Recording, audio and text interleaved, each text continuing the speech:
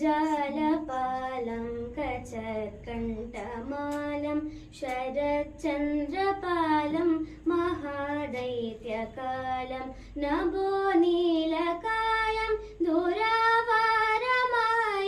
सुपद्मासहायं भजेऽहं सदा बोधिवासं गलत्पुष्पहासं जगत्सन्निवासं शतादित्यवासं गदाचक्रशस्त्रं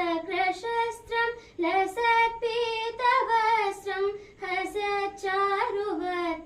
भजेऽहं